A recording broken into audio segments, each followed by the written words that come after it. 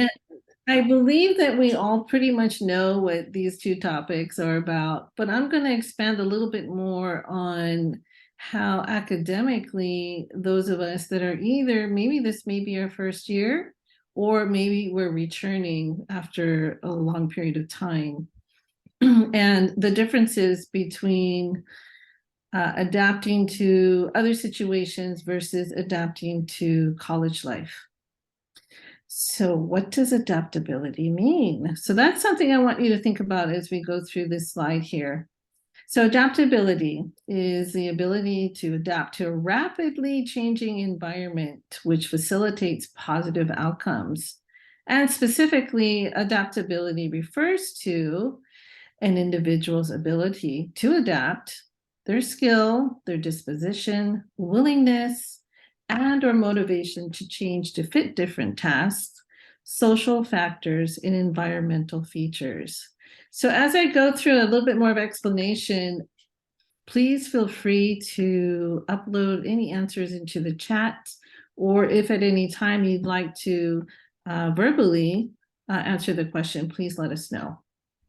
So in more explanation of adaptability, most students are able to successfully adapt to life situations. And of course, life happens. And I'm the mental health counselor here. So oftentimes they do come to see me for certain situations. And most times it works out. However, adaptability in terms of skills and academics pose some difficulty. And so why the difference between academic adaptability and life adaptability? Well, specifically, students who don't believe in their ability to succeed academically are going to struggle. And those attributions affect their academic performance because of maybe the thought process of things are really different now. It's too hard. Why bother trying? I'm just going to fail anyway. And this is according to studies in which they've compiled a lot of data in what makes successful students. So in terms of adaptability and what it means to you, we often need to, in order to adapt to situations in college life, have to have some sort of soft skill set. And one of the skill sets that makes or helps students to become successful is to have the growth mindset. And so growth mindset it's a pretty popular term these days, but basically what it means is to have an open mind, to have a desire to learn. Look at self-development. There's some areas in our own personal lives in which maybe in terms of self-development, we might need some help in terms of improving or understanding what we may have gone through in the past. And that's why mental health counselors are here. But also there's a lot of information on development and in terms of maybe trauma-related situations that we may have experienced, or in general, just life experience and how we may have to improve some area in our cycle of life in terms of development. And then perseverance, right? Not giving up. So those things typically would help not just someone who's in college, but generally anybody. And so the more that we have this growth mindset practice, the studies are showing that we'll be more successful in our experiences in the university life. Okay, next slide, please. Okay, so again, adaptability is considered to be a key source of mental resources, and individuals with a high level of adaptability can reserve more psychological resources than individuals with a low level of adaptability. So basically with our new college students, this comes down to life experience. And, we continually attain life experiences no matter how old we are. But when we're adapting to college life, for example, we have to get used to a new schedule. Maybe we have to get used to self-motivating ourselves into adapting to structure, perhaps, or maybe even just a simple process of asking for help. So psychological resources are especially important for newcomers who are encountering a totally new environment. And the increasingly changing nature of modern life requires individuals to constantly improve their ability to adapt. And I think we all recognize this statement in just, our recent experience with COVID. We've had to adapt on many levels to stay healthy, to succeed in whatever environment that we were living in. And based off of that, we've gained a lot of skills. But what we've also done is become more careful about who we interact with and how we interact. It's just a natural process from coming out of COVID. So I have a question here at the bottom of the slide. It says, give some examples of totally new environments or experiences. And so if you don't mind, share that with the group.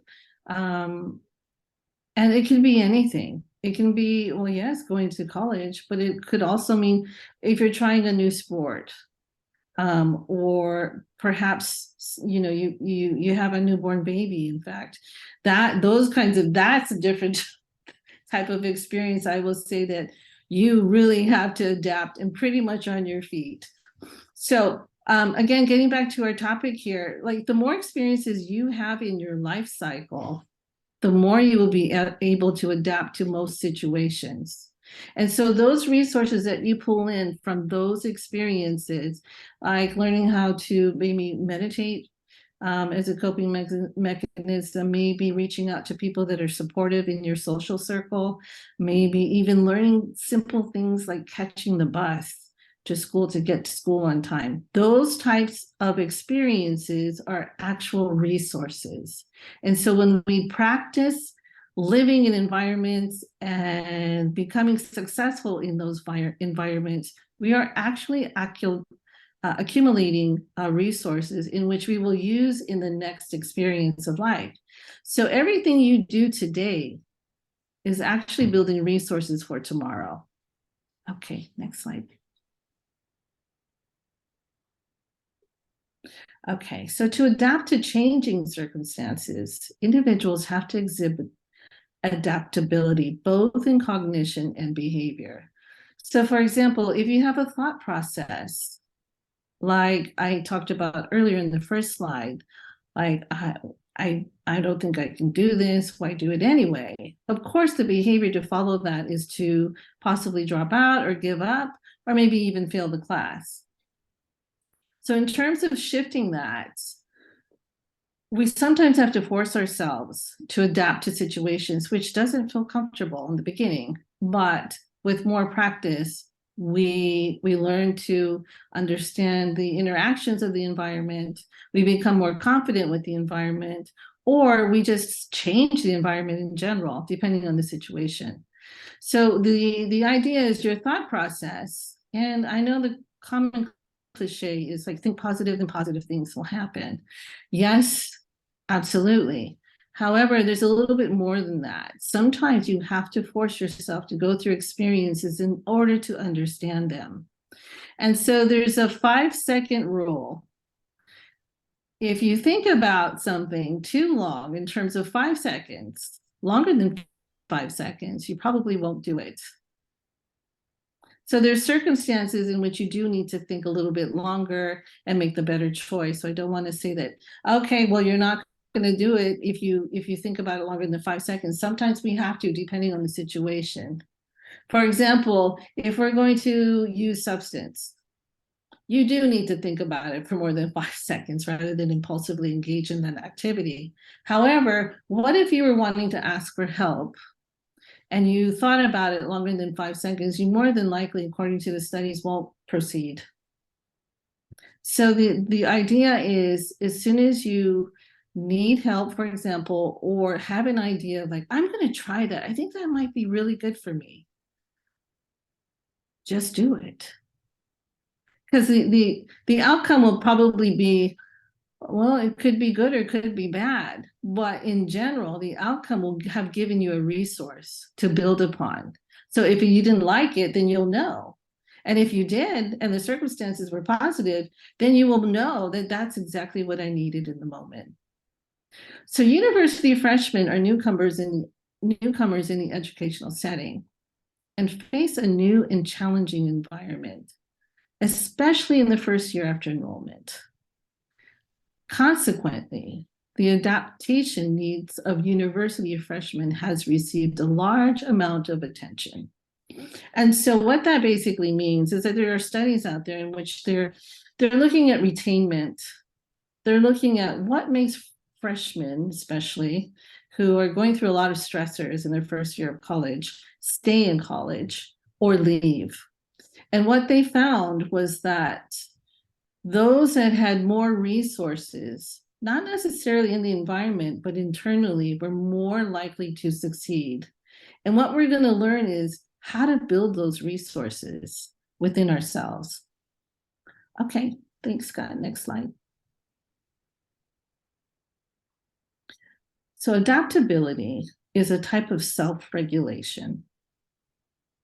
Again, talking about resources, and it is considered important in helping new students to adjust to university life in the first year. And it may influence whether or not an individual can adapt to the university environment, which is quite different from the high school environment, and especially for those who took a break and then returned to school. So for those of you out there, if you feel you'd like to answer the question, what's the difference between high school and college? Think about it. I know that we've all been there, but think about some of the resources that you had in high school internally and some of the resources that you built on in college. And what about returning to school after a long period of time? I did that myself. And I found that after having my children and coming back to school, it was stressful. Of course, school is stressful. I won't deny that. But it was also more meaningful for me. I was used to structure by that time because I was raising my children, so I knew structure. And I think back in the day when I first tried to complete my college career, I really wasn't focused. So I wasn't used to structure like I was after I had my children. And I also found out that because of the age gap, I was with a lot of young people. And so there was a lot of self-criticism within myself.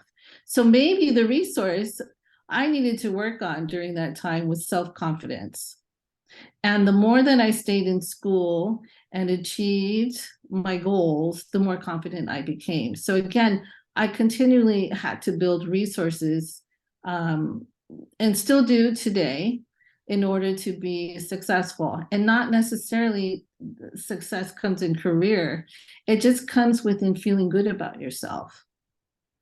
It can come in areas in which you see your reactions or results of reactions from people that you work with.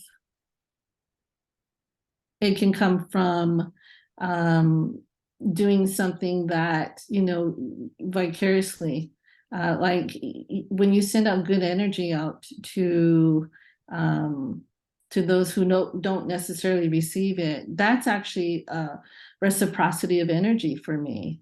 So when I think good thoughts about people, again, using the resources that I've built on, I feel good about doing things like that.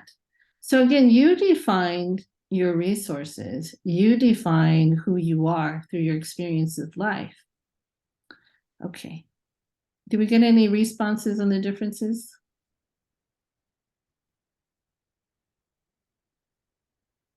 Nope, not on the differences, just on the new experiences question. Okay. Yeah. Do we want to review those? Yeah, so there is moving from another state or country, going to a new school, a new workplace, new relationships. Yeah, those are, wow, those are intense new experiences. They seem to be happy ones too.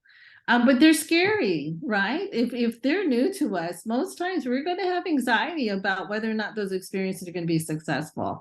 And again, the thing is, we have to go through it in order to know it, in order to know who we are. And I'm assuming that those who responded or put those things in the chat have gone through those and are doing really well today. I'm assuming that. So let me just very briefly just tell you what the difference between high school and college are. Okay, so in high school, you're more concerned about, if we're going into college, we're more concerned about the external factors. How do we appear? Right? How do we attract? What are my grades? We're a little bit more competitive with the external. Okay. With college, if we've been in college for at least a year or two, we are really concerned about our GPA and about our progress. Yeah, we can get, and I'm not going to say that for everybody, we can get distracted with the external as well. But from my experience in working with students, it's more about the internal. How successful am I going to be after making this huge investment in myself through education? So that's really putting it briefly. High school is more about the external, and college is more about the internal. Okay, next slide.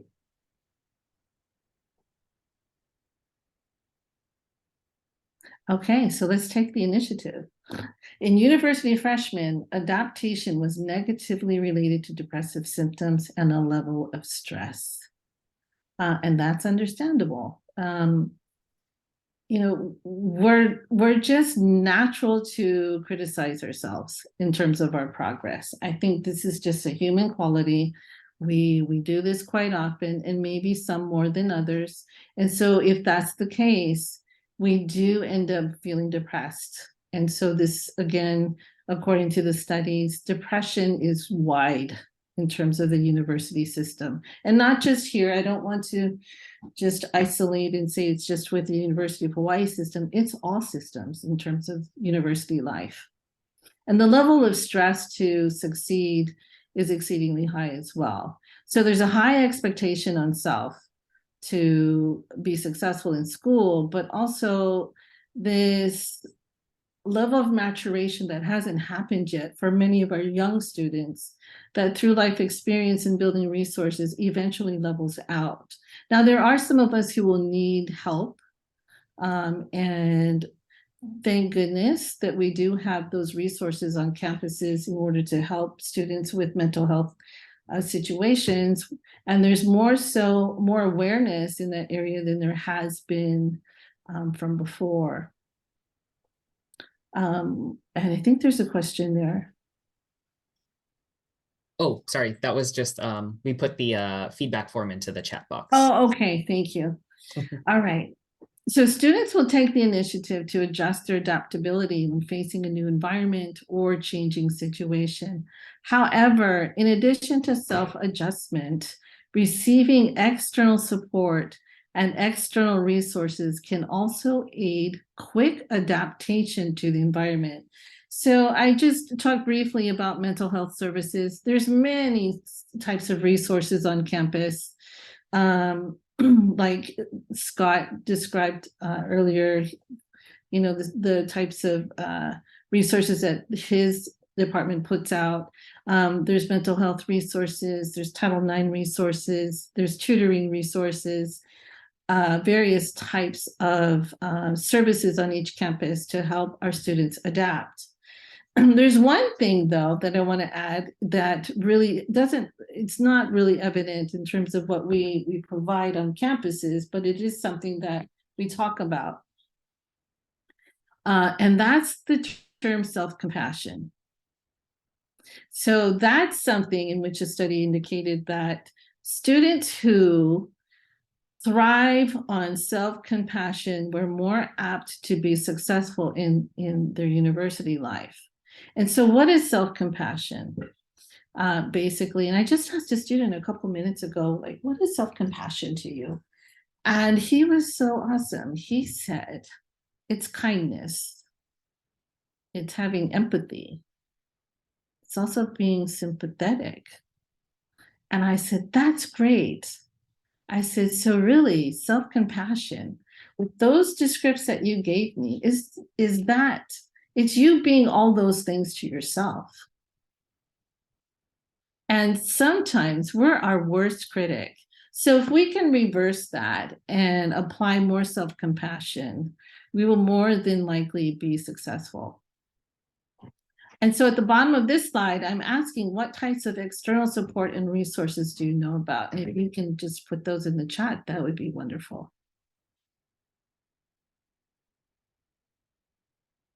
Okay, next slide, please. Okay, so according to a study from Shallcross, social support reflects the level of social resources received from the external environment and thus can aid quick adaptation to the environment. So depending on your environment, really, really be vigilant on looking at the external supports that are out there. Oftentimes, we run across this process of not asking for help. And I don't know if that's a cultural thing or if it's just a Hawaii thing, but I have had workshops on asking for help because I find that students on our campus particularly who are just awesome students, but oftentimes are a little shy and reluctant to ask for help. So the energy behind asking for help, like I stated earlier in terms of reciprocity, is that if you have trouble asking for help, and it's not necessarily that you don't know how, I think we all know how. It's getting past the anxiety, perhaps, of asking for help, getting past the I feel less than concepts. The process to get through that is to help someone else. Because when you do that, you can actually see the process of your helping someone else relieve your anxiety within yourself in terms of asking for help. So the energy is reciprocal. And so when you often help others, you're more than likely to help yourself. So if we can get into the practice of that, which I think many of us do, and we're not even aware of it, be aware of the energy that's exchanged. Be aware of what you feel like when you're helping someone else. Because what you're doing when you ask for help is giving someone else who's helping you that opportunity to experience the energy of helping someone else. And hopefully it's you. Okay, next. Okay, so protective factors. Protective factors are things that contribute to mental health and allow a person to be resilient in the face of challenges.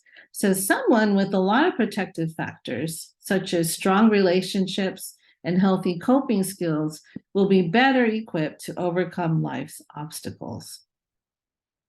And many protective factors are out of your control. For example, genetics, the neighborhood where you grew up, and family cannot be changed. However, keep in mind that plenty of factors can be controlled. Okay, next. So I've included a worksheet on protective factors, and you can choose to do it now, or you can do it later. But this is a worksheet that describes protective factors in various areas of our life. And maybe through your participation in filling out the worksheet, you can discover what areas within your current stage of life needs help. Or perhaps you can actually look and see what your strengths are. And through the process of working in this worksheet, you really look within, and you're really, if you're honest with yourself, you're gonna really look at wow, I'm really good at this. This area of my life is really good. I had some doubts about this area, and I really feel okay with it. And then other areas you're going to say to yourself, I didn't know I was lacking in this area. And maybe I need to look at resources, external resources, in order to help me build this protective factor that's affecting my success. So I think you might be able to, I don't know if it's in the chat too, Scott. Is it in the chat? Yes. Oh, okay. Perfect. Do you want me to pull up the worksheet on the screen share? Yeah, that would be great. Okay.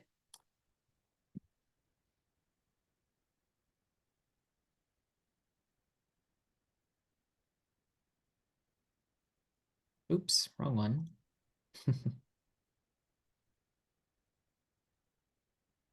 Okay, there we go. Thanks, Scott. So you'll see on the sheet itself, it gives you the instructions, but basically what you're going to do is look at each of these protective factors and decide for yourself where you fall on the scale.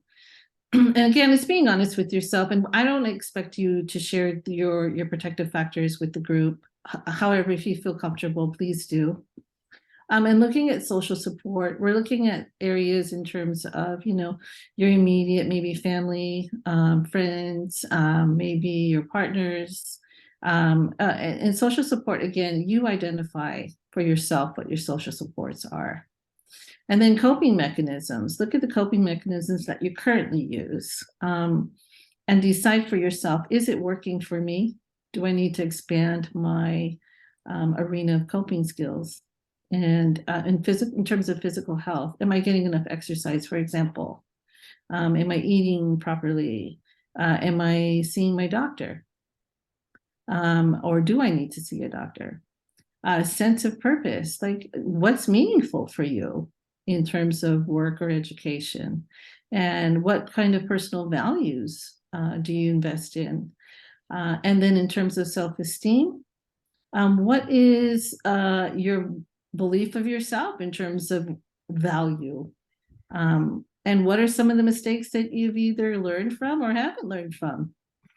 And what have you done to overcome some of those challenges? And then in terms of healthy thinking, do you ruminate on mistakes, or your personal flaws or problems? Or do you have the ability to consider your personal strengths and weaknesses rationally? And I always say, and I'm going to repeat myself here, that everything we do today prepares us for tomorrow. So even if we don't have a great experience, trust me, from that experience, you're going to gain some knowledge and resources to help you in the future. It may not be for tomorrow, but it will be for something that comes up in the future. And maybe we can go to the second sheet. Thanks, Scott. All right, so here's instructions, and they're pretty simple. So after you've completed the first page, you're going to look at the second page, and you're going to actually decide which one of those protective factors has been the most valuable for you during difficult times. And then you're going to actually think about that now. And you can have more than one. And then how have you used this protective factor to your advantage in the past? And then move on to, what are two protective factors that you would like to improve? And then describe how things might be different if you were able to improve these protective factors. So you're projecting your success. And when we project our success into the future, we more than likely will create it. Self-analysis is a hard one. And being truthful and honest with yourself is a skill. Because what we're doing in that moment is not avoiding, we're actually engaging, and not necessarily external. That's internal stuff. And so when people come to me for therapy, I want to just say that that's the bravest thing to do. Because one of the hardest things to do is really look at yourself and really discuss some of the weaknesses that you perceive are weak, situations that may be really extremely difficult to talk about. And really, I mean, to come to somebody who you don't know and expose yourself, like I always say, it's like the underbelly of a puppy. It's so tender, and that's what people are doing. They're exposing themselves. And it's a really hard thing to do, but it's one of the most beneficial things. And not necessarily with me, with anybody who's in the helping field. And even one of your instructors who you connect with, they can be helpful to you. But it's having the courage to move forward and ask for the help that you need. And then finally, list specific steps or actions that might help to make these goals a reality.